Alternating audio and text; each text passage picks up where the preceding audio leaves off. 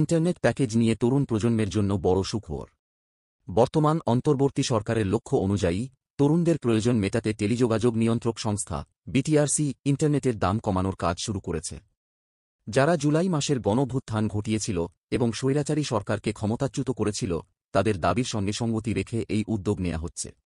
নতুন বাংলাদেশে BTRC internet ব্যবস্থার লাইসেন্সিং কাঠামো পর্যালোচনা করতে চাইছে, যাতে সেবার মান উন্নত করা যায় এবং অনির্দিষ্ট মেয়াদে ইন্টারনেট প্যাকেজ চালু করা সম্ভব হয়। BTRC chairman major general Mohammad Emdad ul Bari বলেছেন, তারা সাশ্রয়ী, নিরাপদ এবং বৈচিত্র্যময় সেবা নিশ্চিত করতে চান এবং এজন্য ইন্টারনেট ডেটার দাম কমানো জরুরি। তিনি বলেন, ডেটার দাম কমানো হবে কারণ এটি আমাদের সেবা পরিকল্পনার একটি গুরুত্বপূর্ণ অংশ। এই পদক্ষেপের সঙ্গে সঙ্গতি রেখে বাংলাদেশ আন্তর্জাতিক ইন্টারনেট গেটওয়ে অ্যাসোসিয়েশন আইআইজিএবি বিটিআরসিকে ইন্টারনেট ব্যান্ডউইথের দাম কমানোর প্রস্তাব দিয়েছে। তাদের মতে, যদি এই প্রস্তাব বাস্তবায়িত হয় তবে ইন্টারনেটের দাম কমবে এবং গ্রাহকরা সাশ্রয়ী মূল্যে ইন্টারনেট ব্যবহার করতে পারবেন।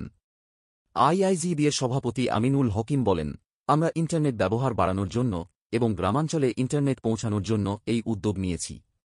এদিকে রাষ্ট্রায়ত্ত মোবাইল অপারেটর টেলিটক জেনজি নামে নতুন প্যাকেজ চালু করেছে, যা তরুণ প্রজন্মের জন্য বিশেষ ডেটা এবং 1 বছরের অফার প্রদান করবে।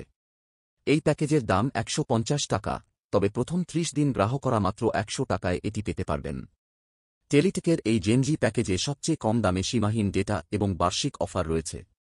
এছাড়া এতে 1 সেকেন্ড পালস, সাশ্রয়ী ভৌত ট্যারিফ এবং চাকরি প্রার্থীদের জন্য প্রিমিয়াম সদস্যপদ সুবিধা রয়েছে। ওয়াইফাই সুবিধা কম দামে শিক্ষা প্রতিষ্ঠানে সরবরাহ করার পরিকল্পনাও রয়েছে সরকারের। বন্ধুরা, ভিডিওটা ভালো লাগলে একটা লাইক দিয়ে চ্যানেলটি সাবস্ক্রাইব করে পাশে থাকা বেল বাটনটি প্রেস করে অল অপশন দিয়ে রাখবে, যেন নতুন ভিডিওগুলো সবার আগে তোমাদের কাছে পৌঁছে যায়।